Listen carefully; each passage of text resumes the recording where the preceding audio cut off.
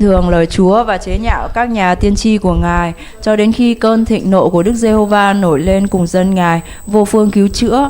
Vì vậy, Đức Giê-hô-va khiến vua Canh Đê lên tấn công họ, dùng gươm giết các thanh niên ngay tại đền thánh của họ, chẳng chút xót thương, bất kể thanh niên, thiếu nữ, người già cả hay là kẻ yếu sức. Ngài phó tất cả vào tay vua Canh Đê. Toàn bộ các vật dụng lớn nhỏ của đền thờ Đức Chúa Trời, các kho báu của đền thờ Đức Giê-hô-va, của vua và các quan chức đều bị đem qua Babylon. Chúng đốt đền thờ Đức Chúa Trời, triệt hạ đường thành Jerusalem, lấy lửa đốt các cung điện và phá hủy các vật dụng quý giá trong thành. Những ai còn sót lại không bị giết bằng gươm đều bị bắt đẩy sang Babylon, và họ trở thành nô lệ cho vua và con cháu vua cho đến thời vương quốc Ba Tư cai trị.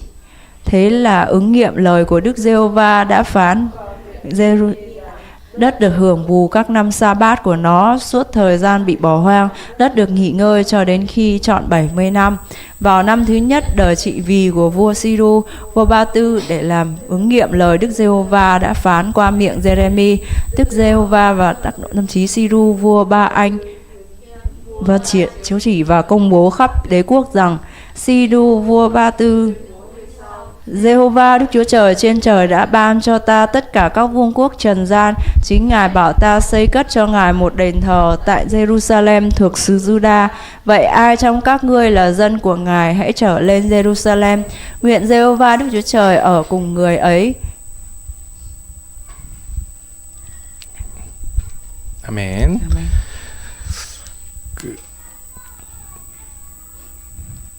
여러분 자기가 갖고 있는 아주 소중한 것을 이렇게 버려야만 했던 경험이 있으신가요? Mỗi người trong chúng ta có một cái kinh nghiệm nào là mình phải bỏ đi một cái thứ đồ mà mình rất quý giá không? 원숭이를 이렇게 살아있는 상태에서 이렇게 잡는 그런 그 방법이 있다고 하는데요. 원숭이의 습성을 이렇게 이용하는 겁니다. Con khỉ thì nó có một cái đặc điểm, đấy là nó có một đặc điểm và người ta lợi dụng cái đặc điểm đấy như thế này. 입구가 아주 좁은 게 항아리에다가 이 안에 이제 과일이나 이렇게 견과류를 넣어놓는 거예요. Thì người ta bỏ những cái đồ, những cái hoa quả hay là đồ hạt các thứ vào một cái bình rất là có cái miệng rất là nhỏ. 그럼 원숭이가 이제 이 손으로 거기를 이렇게 집어넣어가지고 꺼내려고 하는데 안에 이렇게 잔뜩 움켜쥐면은 손이 안 빠지는 거죠. Nhưng mà và con khỉ thấy như vậy thì nó bỏ tay vào cái bình để nó lấy những cái vật đấy ra, nhưng mà khi mà nắm tay lại thì không thể bỏ tay ra khỏi cái bình. 그럼 항아리는 무겁고 손은 안 빠지고 그러면은 이걸 놔야지 도망을 갈 수 있는데 안 놓고 계속 잡고 있다가 잡히는 거예요. Nhưng mà nếu mà muốn thoát ra khỏi nếu mà muốn bỏ tay được ra khỏi cái bình thì phải bỏ cái tay ra đang nắm đồ vật ra thì mới thoát ra được khỏi cái bình. Nhưng mà bởi vì con khỉ nó không muốn như vậy nên là nó cứ mang cái bình như vậy và cuối cùng thì nó bị bắt. 사람들이 이거를 이제 어리석은 원숭이 이야기라고 생각을 하는데 세상에 참 많은 사람들이 이런 원숭이하고 비슷한 그런 어리석음에 빠질 때가 많아요.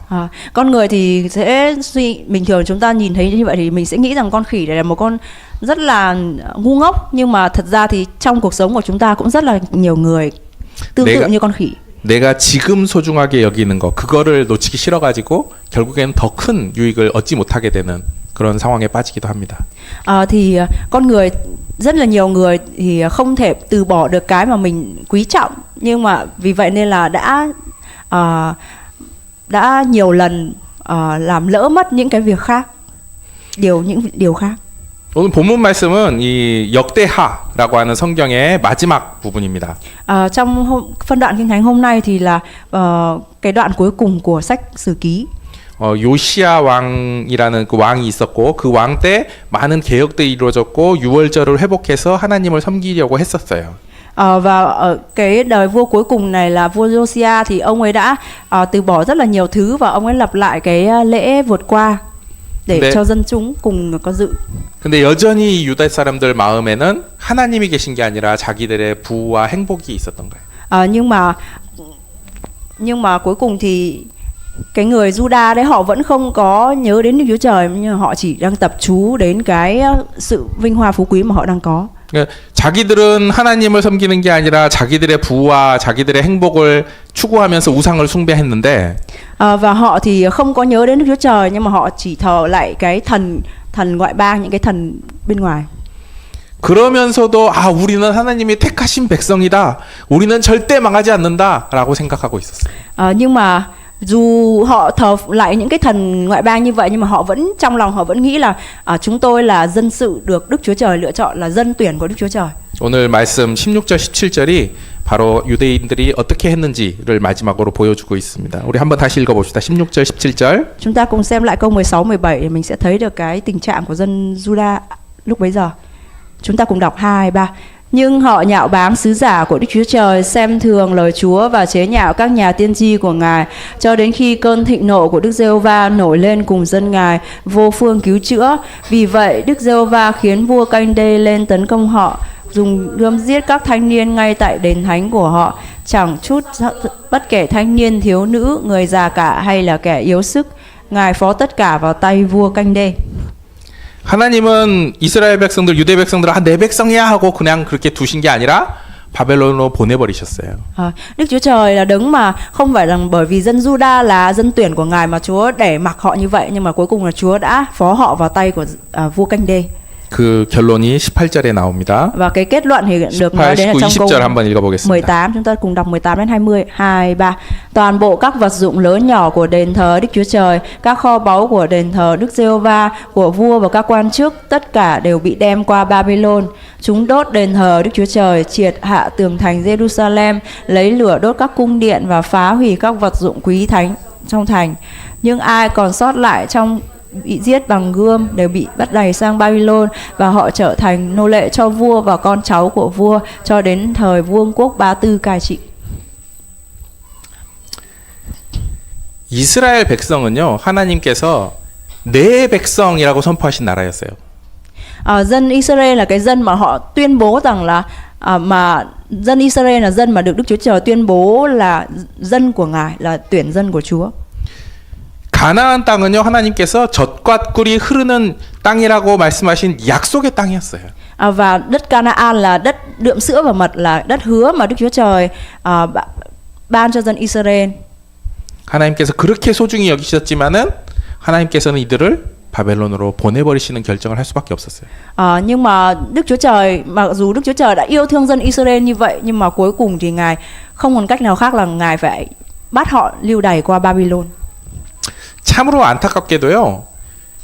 Đó là một điều rất là đáng tiếc. 미국이나 유럽의 교회들이 그런 역사를 거치면서 쇠퇴해버렸고, 한국의 많은 대형 교회들도 하나님이 우리를 복 주신다라고만 생각하고면서 사실은 죄악 속에 빠져 있는 경우가 많아요. Và cho đến ngày nay cũng vậy, thì chúng ta cũng có thể thấy được rằng là các hội thánh ở Mỹ hay là ở châu Âu đã dần suy thoái rồi, và đến bây giờ ở Hàn Quốc cũng như vậy. Mặc dù là nghĩ rằng là Đức Chúa Trời sẽ ban phước, nhưng mà cuối cùng thì bây giờ các hội thánh đang dần suy thoái. 그래서 여러분들한테 정말 미안하지만 누가 이거 하나님 뜻이다 또는 뭐 이렇게 하는 게 맞는 거다라고 해도 여러분 반드시 말씀을 살펴보고 정말로 그런가 분별해야 돼요. Vì vậy nên là tôi khuyên mọi người rằng là dù người khác có nói gì đi chăng nữa, dù người khác có nói rằng đây là ý muốn của Đức Chúa Trời đi chăng nữa, thì chúng ta cũng đừng có lắng nghe không như vậy, nhưng mà mình hãy soi vào lời của Chúa để mình phân biệt xem đó có thực sự là ý muốn của Chúa hay không. 이때 유다에도 제사장이 있었고 지도자가 있었고, 하지만 그들이 하나님의 말씀을 따르는 게 아니라 자기들의 부를 추구했어요. Giống như là dân Israel ngày xưa cũng vậy, mặc dù là họ có những thầy tế lễ, có những cái nhà lãnh đạo tôn giáo, nhưng mà họ vẫn đi theo cái đường lối riêng của họ muốn. 하나님의 말씀을 전하던 예레미야를 죽였어요. Và họ cũng đã giết Jeremy, là người đã là một tiên tri để giao truyền ra lời của Chúa. 그때 하나님께서는 유다 백성들을 어떻게 하셨어요? 멸망시키시고 바벨론으로 보내셨어요. Và lúc đó thì Đức Chúa Trời đã làm cho dân Israel bị tiêu diệt và bị lưu đày qua Babylon. 저는 참으로 슬프고 두렵지만 한국 교회가 이렇게 될 수 있다고도 생각을 해요. 어쩌면. Tôi cũng đây có thể là một điều rất là đáng buồn, nhưng mà tôi cũng nghĩ là một lúc nào đó có thể rằng hội thánh Hàn Quốc cũng sẽ rơi vào tình trạng này. 하나님께서는 우상 숭배에서 헤어나오지 못했던 이스라엘 유다를 멸망시켜서 바벨론 포로로 보내셨고, 또 이후에 예수님 때에도 돌아오지 않으니까 이제는 로마에 멸망시켜서 디아스포라로 흩으셨어요. Và Đức Chúa Trời đã, bởi vì dân Israel không có quay trở lại với Đức Chúa Trời, nên Ngài đã lưu đày, đã làm cho họ bị diệt vong thông qua Babylon. Và sau đó đến thời của Chúa Giêsu thì một lần nữa họ cũng vẫn không có thờ lạy Đức Chúa Trời, nên là Chúa đã phó họ cho đế quốc La Mã. 이후에 로만 가톨릭이 자신들의 부와 건축을 위해서 하나님의 이름을 팔아먹었을 때 하나님께서는 종교 개혁을 통해서 교회를 완전히 새로 지으셨어요. Và sau đó cho đến cái thời mà Công giáo La Mã, khi mà gọi là toàn thế giới đang chịu ảnh hưởng Công giáo La Mã và họ nghĩ rằng và họ bán danh Chúa với cái tôn giáo Công giáo La Mã đó, thì Đức Chúa Trời cũng thay đổi bằng cách là Ngài ban cho cái cải cách tôn giáo. 안타깝게도 지금 이 시대에도 매우 저명한 목사님들이나 큰 교회들이 같은 잘못을 범하고 있어요. Nhưng mà rất là đáng tiếc, bởi vì ngày nay thì các hội thánh trong thời hiện tại này và có nhiều mục sư cũng đang phạm một cái tội giống như cái thời ngày xưa. 그래서 여러분 유튜브 같은 걸 찾아보실 때도 그냥 유명한 목사님, 큰 교회 목사님 찾아볼 게 아니라 정말 그분이 성경에 맞는 말씀을 하시는지 분별해서 봐야 돼요. Vì vậy nên là khi mà chúng ta có muốn nghe giảng trên YouTube thì mình đừng có tìm những cái mục sư nổi tiếng hay là mục sư của các cái nhà thờ lớn, nhưng mà mình hãy tìm đến mục sư nào mà thật sự xem là họ có thật sự là giảng về lời của Chúa hay không. 그럼 하나님이 뭘 중심에 두고 있는지 이어서 21절 한번 읽어보겠습니다. Và chúng ta cùng xem tiếp câu 21. 21절 시작. Câu 21, 2, 3. Thế là ứng nghiệm lời của Đức Giê-hô-va đã phán qua miệng Giê-rê-mi rằng đất được hưởng bù các năm sa-bát của nó suốt thời gian bị bỏ hoang, đất được nghỉ ngơi cho đến khi trọn 70 năm. 자, 많은 신학자들이 이스라엘이 멸망하고 70년 후에 포로에서 돌아오는 것을 두고 이스라엘과 유다가 490년 동안 안식년을 안 지켰기 때문에 그렇다라고 해석을 해요. Rất là nhiều học giả kinh thánh thì nói rằng là bởi vì là cái dân Israel này trong 490 trong 490 năm họ không có giữ cái năm sa-bát, nên là vì vậy nên là Chúa mới để cho dân Israel bị diệt vong trong vòng 70 năm. 7 곱하기 7은 49죠. 70 nhân 7 bằng 49 đúng không? 다들 문과? 자, 안식년이 뭔지 혹시 아세요? Chúng ta biết năm sa-bát là gì không? 안식년 모르세요? 자, 안식년의 제도를 제가 말씀드릴게요. chúng ta 하나님께서 이스라엘 백성들한테 명령을 하셨는데, 자, 6년 동안 농사를 지어. 근데 7년째가 되면은 농사를 지면 안 돼요, 거예요. Và cái năm sa-bát là năm mà Chúa nói rằng là dân có thể canh tác, có thể trồng trọt trong vòng 6 năm và đến năm thứ 7 thì phải nghỉ. 그러면 6년 동안에는 비료도 주고 가지치기도 하고 씨도 뿌리고 해가지고 농사를 지어서 추수를 하는 거고요. 7년째에는 그냥 냅두는 거예요. Và vì vậy có nghĩa rằng là trong 6 năm đấy thì sẽ canh tác trồng trọt rồi gieo giống bón phân rồi các thứ rồi là mình thu hoạch, nhưng mà đến năm thứ 7 thì để mặc cho mình không có làm gì hết với cái đất trồng trọt đó. 과학적으로는 이게 되게 과학적인 원리가 있는데 이 잡초들이 뿌리를 깊이 내리면서 그 땅 속에까지 아주 깊은 땅 속에까지 이거를 그 한번 땅을 뒤집어주는 역할을 한대요. 만약에 그렇게 쉬면은 경작을 쉬면. Thì theo cái nguyên lý khoa học ấy thì cái năm thứ 7 mình để đất nghỉ như vậy là để cho cái những cái cỏ dại ấy nó đâm rễ sâu xuống đất và sau đó thì nó gọi là nó thay đổi cái chất lượng của đất. 근데 이제 하나님께서는 어떤 원리였냐면은 7년째에는 경작하지 말고 그냥 둬서 자연스럽게 그냥 열매가 맺히면 그 열매를 네가 먹지 말고 그 땅에는 아무나 들어와서 그 열매를 따가도 되는 거예요. Và nhưng mà đối với Đức Chúa Trời thì cái nguyên lý của Chúa đấy là đến năm thứ 7 á, không có canh tác trồng trọt gì cả, nhưng mà cứ để cây cối nó mọc tự nhiên. Nếu mà nó kết trái thì cái trái đấy không thuộc về mình, nhưng mà thuộc về mà bất cứ ai đi ngang qua những cái cây đấy thì đều có thể hái ăn được. 그럼 누가 와서 먹겠어요? Vậy thì ai sẽ đến ăn ạ? 고아들, những cái 과부들, 농사를 할 수 없는, 땅이 없는 가난한 사람들, 나그네 애들이 와서 그걸 먹는 거예요. Hay là thì lúc đó thì những trẻ mồ côi hay là những người góa bụa, những người mà không có đất, những cái người mà hành khất, họ sẽ đi đến đấy để lấy trái cây. 그리고 또 안식년이 되면 나에게 빚진 사람, 돈 빌려간 사람 있으면 그 탕감해 줘야 돼. Và trong cái năm sa-bát này thì những người mà bị nợ thì sẽ được miễn nợ, được xóa nợ. 그리고 안식년이 7번 지나는 49년, 50년째가 되는 해가 되면은 그때는 노예들도 다 해박 프리, make free 해가지고 돌려보내야 되고 땅도 자기가 샀던 걸 다 원래 주인한테 돌려줘야 돼요. Và đến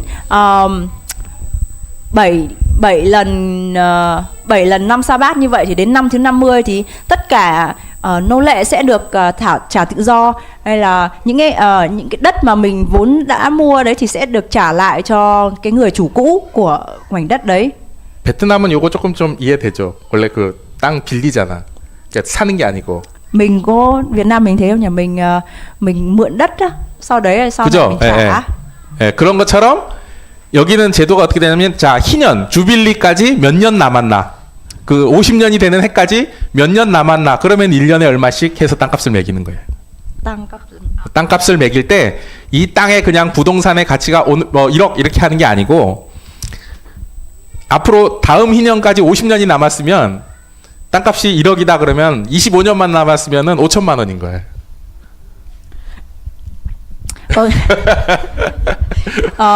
Có nghĩa là người ta sẽ tính cái giá đất ấy là càng gần đến cái năm Hân Hỷ, có nghĩa là năm thứ 50 á, thì cái giá đất có nghĩa là hình như là nó sẽ tăng theo cái thời gian mà càng gần đến cái năm 50 đấy, năm thứ 50 đấy. 그러니까는 이게 어떻게 되냐면 아무리 가난한 사람이라도 50년이 되면 원래대로 다 돌아가는 거예요.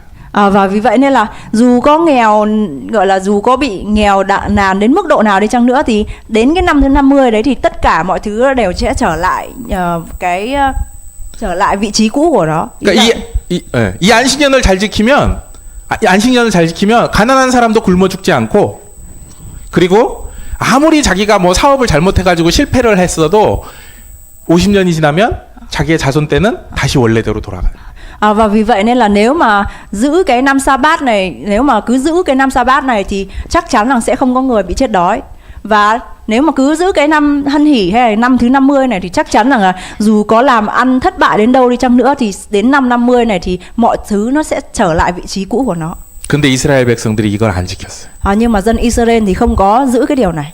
하나님께서는 약속하실 때 6년 동안 충분한 추수를 거둬서 7년째 니네가 추수를 안 해도 먹고 살 수 있게 해주시겠다고 약속을 했는데 그거 못 믿었어요. Nhưng mà mặc dù Đức Chúa Trời đã hứa với họ rằng là đến năm sa bát là nghĩa là năm thứ 7 á, thì chắc chắn là Chúa sẽ không để họ chết đói vì là không trồng trọt gì đâu. Chắc chắn là Chúa sẽ nuôi họ, nhưng mà họ không có tin vào điều này. 고아와 그러면 어떻게 되겠어요? 고아나 과부들이나 나그네들은 늘 먹을 게 없는 거예요. Vì vậy nên là những trẻ mồ côi của người góa bụa hay là những người hành khất thì luôn luôn không có gì để ăn.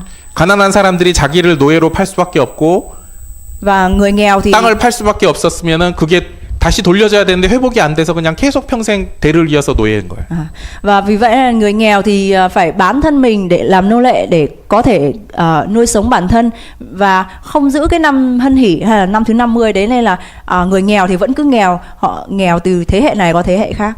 그럼 얼마나 억울해요. Vậy thì mình cảm thấy những cái người này sẽ rất là oan ức, đúng không? 자기 엄마 아빠가 할아버지 할머니가 잘못해가지고 땅도 다 뺏기고 없는데 나는 태어났더니 아무것도 없는 거예요. 회복할 방법이 없어요. Mình thấy được rằng là những cái người mà sinh ra thì họ sẽ nghĩ rằng là chỉ vì là ông bà bố mẹ mình phạm sai lầm thôi mà bây giờ mình trở nên nghèo nàn, nghèo khổ và không có cách nào để có thể hồi phục lại được. 성경에서 하나님께서 그들의 울부짖음을 들으셨다 그래요. Và trong Kinh Thánh thì Chúa nói rằng có khi nói rằng là Chúa thì lắng nghe được những cái sự kêu khóc của những người đó. 그러니까 하나님께서는 이스라엘 백성들이 살고 있던 그 가나안 땅에 정착민을 완전히 없애버리시고 70년 동안 그 땅을 쉬게 만드신 거예요. Và vì vậy nên là Đức Chúa Trời đã hoàn toàn phá hủy, hoàn toàn diệt vong cái đất Canaan, nơi mà Đức Chúa Trời đã đưa dân Israel vào đó, và Ngài để cho cái đất đó nghỉ trong vòng 70 năm. 물론 오늘날 이렇게 안식년을 똑같이 실천하는 거는 좀 상황이 달라요. Tất nhiên là ngày nay nếu mà áp dụng giống như ngày xưa thì nó không thể áp dụng được như vậy, bởi vì cái tình huống đã thay đổi rồi. 근데 그 중심은 우리가 잃지 말아야 돼요. Nhưng mà chúng ta không được quên cái trọng tâm của điều này. 안식년이 왜 있었습니까? Tại sao lại có ngày Sa-bát, năm Sa-bát? 쉼을 통해서 하나님의 공급하심을 기억하고, 그리고 쉼을 통해서 하나님께서 우리에게 주신 것을 고아와 과부와 가난한 자들과 나그네들에게 나누는 거예요. Thông qua cái sự nghỉ ngơi đấy thì chúng ta nhớ lại được sự chu cấp của Đức Chúa Trời, và chúng ta nhớ được đến rằng là mình phải chia sẻ cho những người nghèo khó nữa. 그래서 이 안식년의 원리에 따르면요, 나에게 주어진 수입과 이익과 시간들 중에 7분의 1은 내게 아니라 가난한 사람들을 위한 거예요. Và nếu như mà áp dụng giống như trong năm Sa-bát này ấy, thì mọi cái thu nhập, mọi cái lợi tức mà mình nhận được ấy, thì chúng ta sẽ chia 1/7 cái lợi tức chúng ta nhận được cho những cái người nghèo. 만약 우리가 이와 같이 우리 주위의 어려운 이웃을 돌보지 않는다면은 우리 유다 백성들이 했던 것과 똑같은 잘못을 다시 반복하는 거예요. Nếu mà chúng ta không có giúp đỡ người nghèo khó thì chúng ta cũng không khác nào những người Juda ngày xưa. 그러니까 사실 우리가 돈을 벌면은 정부에서 세금 많이 떼가죠. Thực tế thì chúng ta khi mà kiếm tiền là mình phải nộp thuế thu nhập cho chính phủ, đúng không? Cái điều đấy mình không thích tí nào, đúng không? 근데 성경의 원리에 의하면은 한 7분의 1 정도는 떼어가서 그 돈 가지고 가난한 사람들 도와줘도 그거 우리 괜찮다고 해야 되는 거예요. Nhưng mà nếu mà theo nguyên tắc của Kinh Thánh ấy thì mình phải biết được rằng là dù mình cũng phải chia 1/7 cái thu nhập của mình cho người nghèo thì cái điều đấy là điều đương nhiên, là điều hiển nhiên thôi. 물론 그거 가지고 나쁜 짓 하면은 우리가 항의를 해야겠죠. Nhưng mà nếu mà giả sử có làm điều xấu thì chúng ta cũng phải kiến nghị lên chứ, đúng không? 그러니까 세금을 통해서든 우리가 직접 도와주든 어쨌든 성경의 원리는 우리가 얻은 수입의 최소한 7분의 1은 가난한 자들을 위해서 주는 게 옳다라고 성경에서 말하고 있어요. Và vì vậy nên là dù chúng ta có tự lấy 1/7 cái thu nhập của mình hay là mình đóng thuế cho nhà nước đi chăng nữa thì cái việc đấy cũng là cái việc mà Kinh Thánh, ở trong Kinh Thánh có nói đến cái nguyên lý này. 그러니까 여러분 남을 도울 때 또 세금을 낼 때 기분 나빠하지 마시고 기쁘게 내세요. Vì vậy nên là khi mình giúp đỡ người khác hay là mình đóng thuế thì đừng có khó chịu, nhưng mà hãy vui vẻ trong cái việc này. 다만 그 돈들이 어려운 사람들, 가난한 사람들 돕는데 안 쓰이고 부정축제에 쓰이면 그건 우리가 강력하게 항의해야 돼. Nhưng mà nếu mà cái số tiền thuế mà mình đóng được mà không có sử dụng được cho giúp đỡ người nghèo thì nhưng mà sử dụng cho những cái việc bất chính khác ấy thì mình phải lên tiếng, mình phải kháng nghị cho cái việc này. 교회 다니는 사람들이 세금 내는 거 싫어하고 이렇게 숨기고 돈 숨겨가지고 이렇게 그러면은 그거 나쁜 거예요. Nếu như mà mình là người đi nhà thờ, mình là người tin Chúa mà mình không có chính trực trong cái việc nộp thuế thì điều đấy là một điều rất là sai trái. 자, 이제 마지막 결론이에요. 22절, 23절 한번 이어서 읽어보겠습니다. Chúng ta cùng đọc câu 22, 23 để kết thúc. 23. Vào năm thứ nhất đời trị vì của Siru,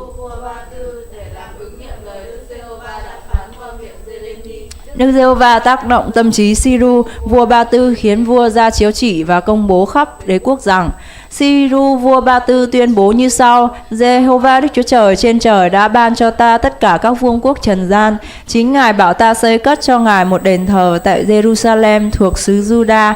Vậy ai trong các ngươi là dân của Ngài hãy trở lên Jerusalem, nguyện Giê-hô-va Đức Chúa Trời ở cùng người ấy. 이 말씀이 그냥 간단해 보여도 성경에서는 굉장히 의미가 있는 구절이에요. Những cái câu Kinh Thánh này mình đọc có vẻ là nó rất là đơn thuần, rất là đơn giản thôi, nhưng mà trong Kinh Thánh thì nó là một cái phần mang rất là nhiều ý nghĩa. 자, 우리가 보는 이 역대상, 역대하가 구약 성경에 어디쯤에 나오는지 혹시 알고 계세요? Chúng ta có biết rằng là cái phần Kinh Thánh Sử Ký Nhất Nhì thì nó nằm ở cái giai đoạn nào ở trong Kinh Thánh không? 요새 다들 성경책을 안 들고 다니고 태블릿 들고 다니니까 잘 모르는. 이 역대상, 역대하가 구약 성경의 중간쯤에 나오죠. Và trong Kinh Thánh thì Sử Ký Nhất, Sử Ký Nhì nằm ở cái phân đoạn giữa của Kinh Thánh Cựu Ước. 근데 예수님 때 있던 그 히브리 성경, 지금도 이제 유대인들은 아직도 그 히브리 성경을 쓰는데 이 성경에서는 역대상, 역대하가 한 권의 역대기라는 한 권의 책이고 이 책이 성경의 마지막 책이에요. Nhưng mà ở trong thời Chúa Giêsu ấy thì và đến bây giờ người Do Thái họ vẫn sử dụng cái Kinh Thánh Cựu Ước này bằng tiếng Hebrew ấy thì Sử Ký Nhất, Sử Ký Nhì ấy để gộp lại chung thành một sách là sách Sử Ký, và cái sách này là sách cuối cùng ở trong Kinh Thánh của Hebrew, Kinh Thánh người của người Hebrew. 우리 성경책으로 치면은 요한계시록 맨 마지막 장 같은 건 거예요. Giống như là chúng ta nếu mà nó tính đến cái Kinh Thánh hiện tại của chúng ta thì nó giống như là sách Khải Huyền, là sách cuối cùng của Kinh Thánh của mình bây giờ ạ. 그럼 이게 뭐겠어요? 전체 히브리어 성경의 맨 마지막 결론인 거예요. Và vì vậy nó mang cái ý nghĩa rằng đây là cái sách kết luận cho toàn bộ Kinh Thánh Cựu Ước. 그 결론이 뭐냐면 Kết luận đấy là 이스라엘 왕이 아니라 페르시아 왕 고레스를 통해서 예배를 회복시킨 거예요. Đức Chúa Trời không Đức Chúa Trời hồi phục Đức Chúa Trời hồi phục Israel không phải thông qua một vua của Juda, không phải thông qua một vua của Do Thái, nhưng mà Ngài hồi phục cái dân tộc này thông qua vua Siru của Ba Tư. 이 앞에서는 이스라엘 백성들이 하나님은 우리의 왕이라고 생각을 하고 살았고 하나님은 우리만 돌보셔라고 생각을 했는데 성경의 맨 마지막에 딱 가니까 누가 회복을 시켜요? 고레스 왕을 통해서 페르시아의 왕인 고레스 왕을 통해서 예배를 회복시켜요. Mặc dù là dân Do Thái thì dân Israel nghĩ rằng là Đức Chúa Trời là Đức Chúa Trời của tôi, là vua của dân tộc tôi, nhưng mà cho đến cuối cùng khi mà trong cái cuối của sách Sử Ký này thì cho chúng ta nhìn thấy được là chính vua Siru, vua Ba Tư là người hồi phục lại cái dân Israel, hồi phục lại cái sự thờ phượng cho dân Israel.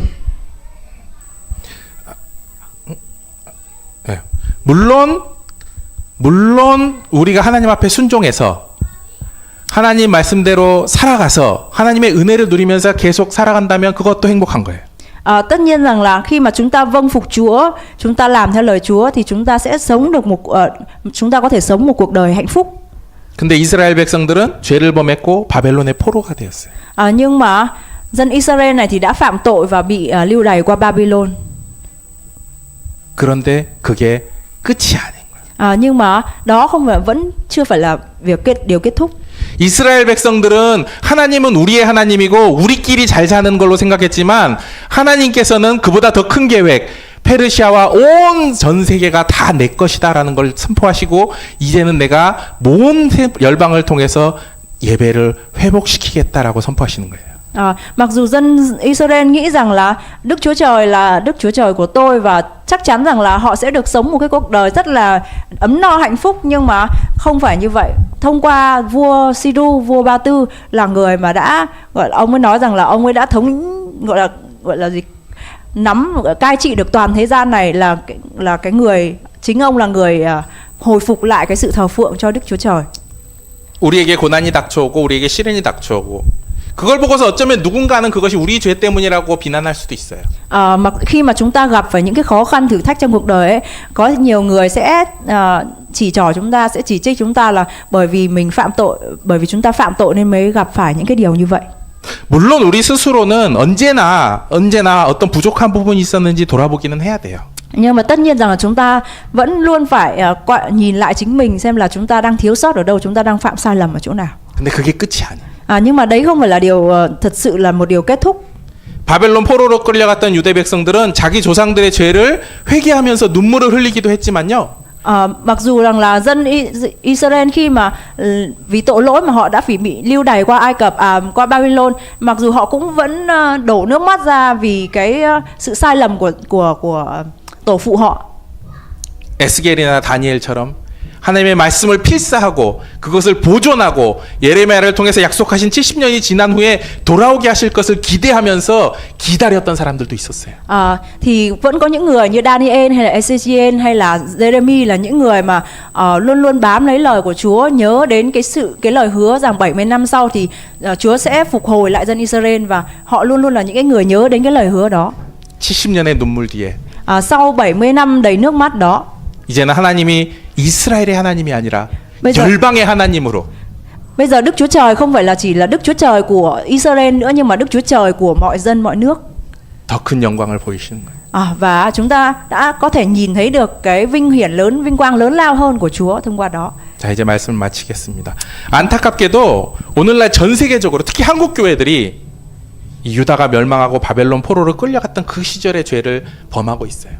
Rất là đáng tiếc, tại vì hiện nay các hội thánh ở nhiều nơi ở trên thế giới hay là ngay cả Hàn Quốc cũng thế, cũng đang phạm những cái tội giống như là dân Israel ngày xưa phạm vậy. 오죽했으면 지금 이 시대의 세상 사람들에게 내가 예수 믿는다고 당당히 말할 수 없는 지경까지 이르렀어요.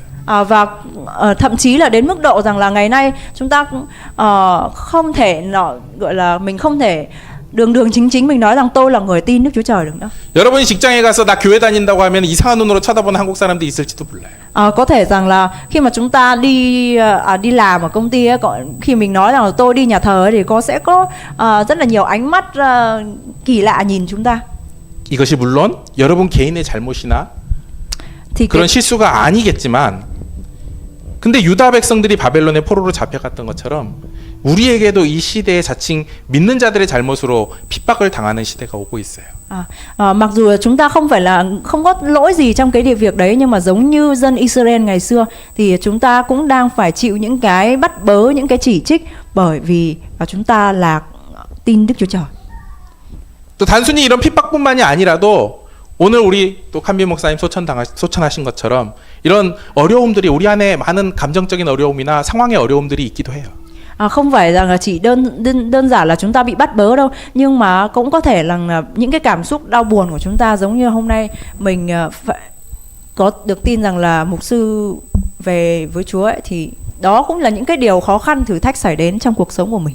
교회에서도 그랬고 어쩌면 우리들 중에서도 칸빈 목사님 소천하시면은 그러면 우리는 어떻게 하지 하는 생각을 했을지도 몰라요. Có thể chúng ta hoặc là kể cả hội thánh Hàn Quốc cũng suy nghĩ rằng là nếu như là mục sư qua đời thì bây giờ chúng ta sẽ phải làm gì, sẽ như thế nào. 그러나 여러분 오늘 마지막 말씀처럼 하나님께서는 반드시 우리를 예비하게 하실 것이고 반드시 다시 돌아오게 하실 것이고 và nhưng mà 반드시 열방으로부터 영광을 받으실 거예요. Nhưng mà giống như là câu cuối cùng ở trong phân đoạn Kinh Thánh ngày hôm nay thì chúng ta biết chắc chắn rằng Đức Chúa Trời sẽ làm cho danh của Ngài vinh hiển hơn nữa thông qua mọi dân mọi nước. 그럼 우리 뭐 해야 될까요? Vậy thì chúng ta phải làm gì 우리는 bây giờ? 지금 뭐 해야 될까? 내 영혼이 낙담하지 않고 하나님을 찬양하며 나아갈 수 있도록 담대히 나아갈 수 있도록. Chúng ta đừng thất vọng, đừng chán chường, nhưng mà phải luôn luôn tôn vinh Đức Chúa Trời. 우리의 마음을 붙들어야 돼요. chúng ta phải gìn giữ cái tấm lòng của mình. 그래서 이 시간에 우리 이 찬양 한번 배워봤으면 좋겠는데요. 한국에서는 굉장히 잘 알려진 찬양인데 베트남에는 아직 안 불렀던 것 같은데 우리 한번 이 찬양 한번 배워봤으면 좋겠어요. Thì giờ này chúng ta cùng thờ phượng hát một bài. Có lẽ là nó hơi lạ một chút nhưng mà rất là dễ dàng để chúng ta hát thôi.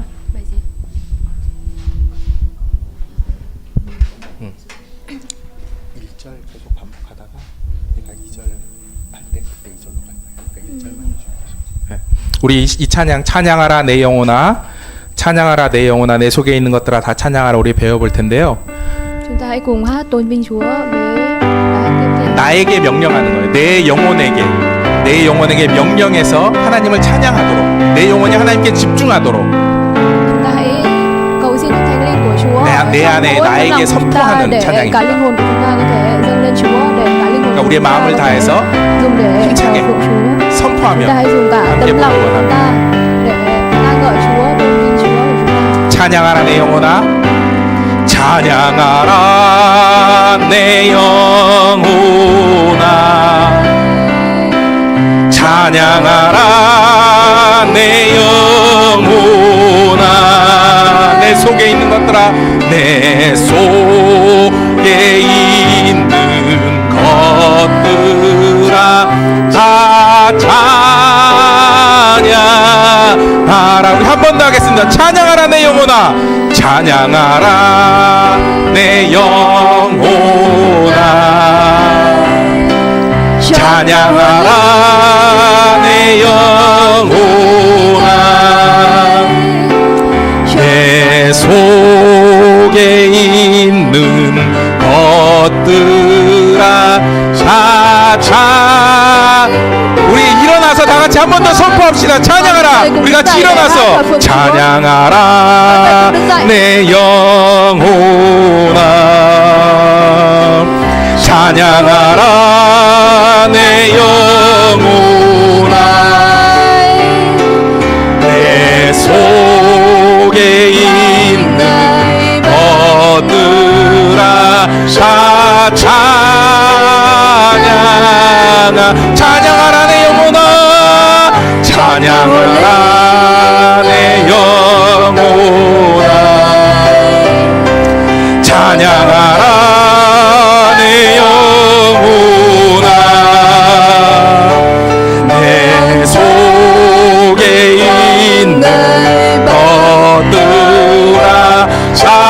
찬양하라. 한 번 더 선포합시다. 찬양하라. 찬양하라 내 영혼아. 찬양하라 내 영혼아.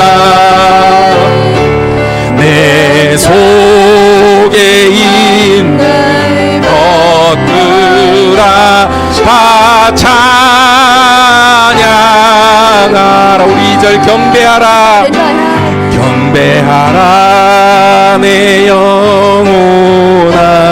경배하라 경배하라 내 영혼아. 내 맘과 정성 내 맘과 정성 다하여 다 경배하라. 우리 한 번 더 하겠습니다. 경배하라 경배하라 내 영혼아. 경배하라 내 영혼아. 내 맘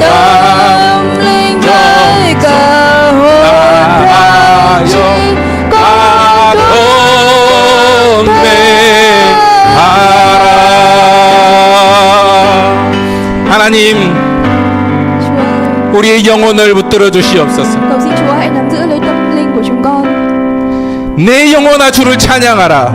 Hãy để tâm linh của chúng con thờ phượng Chúa mỗi ngày Chúa. 우리가 어떤 상황에 있을지라도 Dù chúng con có gặp 예수 그리스도 이름으로 명하노니 내 영혼아 주를 찬양하라. tôn vinh danh của Chúa Giêsu bằng cả linh hồn và cả tấm lòng của chúng con Chúa. 우리는 비록 바벨론 포로기를 지날지라도 주님은 열방의 주님이시니 주님께서 우리를 회복시키실 것을 믿고 우리가 나아가오니 Chúa ơi, dù có khó khăn gì đi nữa thì chúng con cũng cầu xin Đức Thánh Linh của Chúa, Chúa đến bên chúng con, Chúa hồi phục tâm linh của chúng con, hồi phục tấm lòng của chúng con Chúa. 주여 우리에게 성령을 부으시고 주를 찬양하게 하시옵소서. Chúa hãy để tâm linh của chúng con được thờ phượng Chúa, để tôn vinh Chúa mỗi ngày Chúa. 주여 이 교회를 붙드시고 주를 경배하게 하시옵소서. Chúa ơi, Chúa hãy thương lấy hội thánh của chúng con, để hội thánh của chúng con sẽ luôn tôn vinh Chúa, tôn thờ Chúa. 이제는 우리가 그냥 한국 교회 안에 그냥 붙어 있는 조그만 공동체가 아니라 이제는 정말 한국에서 정말 다시 한번 하나님의 나라를 향해서 하나님의 열방에 향해서 주님께 영광 돌리는 그런 교회가 되게 하시옵소서. Chúa hãy để hội thánh của chúng con không phải là bằng lời nói thôi, nhưng mà thực sự để chúng con có thể quay lại thờ phượng Chúa. Xin Chúa hãy phục hưng hội thánh ở nơi đây Chúa ơi. 이 슬픔의 시기를 딛고 아픔의 시기를 지나 다시 한번 주를 찬양하며 다시 한번 열방을 향해 주를 선포하는 교회가 되게 하시옵소서. Để vượt qua mọi khó khăn, mọi thử thách ở đây, cầu xin Chúa phục hưng, Chúa phấn hưng lại hội thánh ở nơi đây để chúng con có thể quay lại thờ phượng Chúa của chúng con Chúa. 우리 안에 생명의 강이 우리의 생수의 강이 우리의 배로부터 흘러나와 주를 기쁘게 하는 성령의 강물이 흘러나가는 그런 베트남 희망교회가 되게 주님 축복하여 주시옵소서. Cầu xin Chúa hãy chúc phước trên hội thánh Việt Nam của chúng con để chúng con có thể thờ phượng Chúa với cả tâm linh của chúng con Chúa. 우리의 능력으로는 할 수 없습니다. Bằng sức lực của chúng con thì 우리의 지혜로는 할 수 없습니다. bằng năng lực của chúng con không 주님의 thể làm gì 능력과 cả Chúa ơi, nhưng mà 주님의 힘과 nhờ cậy ở ơn 주님의 성령의 Chúa, nhờ 권능으로 cậy năng lực của Đức 이곳에 Chúa 임하시오. thì chúng con tin rằng là chúng con có thể làm được mọi việc. 불을 내려 주시옵소서. Chúa ơi, xin Chúa hãy ở bên chúng con Chúa. 주님만을 믿고 의지하며 나아갑니다. Chúng con 우리를 chỉ tin vào 지켜주시오. nơi Chúa mà thôi Chúa ơi. Cầu 우리를 xin Chúa 인도하여 hãy giữ lấy chúng 주시옵소서. con, giữ lấy tâm linh của chúng con, dẫn dắt chúng con mỗi ngày Chúa.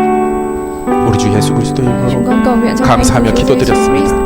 Amen. 이제는 우리 주 예수 그리스도의 무한하신 은혜와 아버지 하나님의 끊임없는 사랑하심과 성령님의 감동과 아마 교통하심이 이곳에 함께 모여 예배하는 우리 베트남 공동체와 우리 성도교회와 또 이곳에 함께하지 못했지만 이 모든 과정 가운데서 함께하는 우리 가족들, 그리고 베트남과 이 대한민국 땅과 열방 끝까지 나가 말씀을 전하는 선교사님들 가운데 이제로부터 영원토록 함께하시기를 간절히 축원하옵나이다.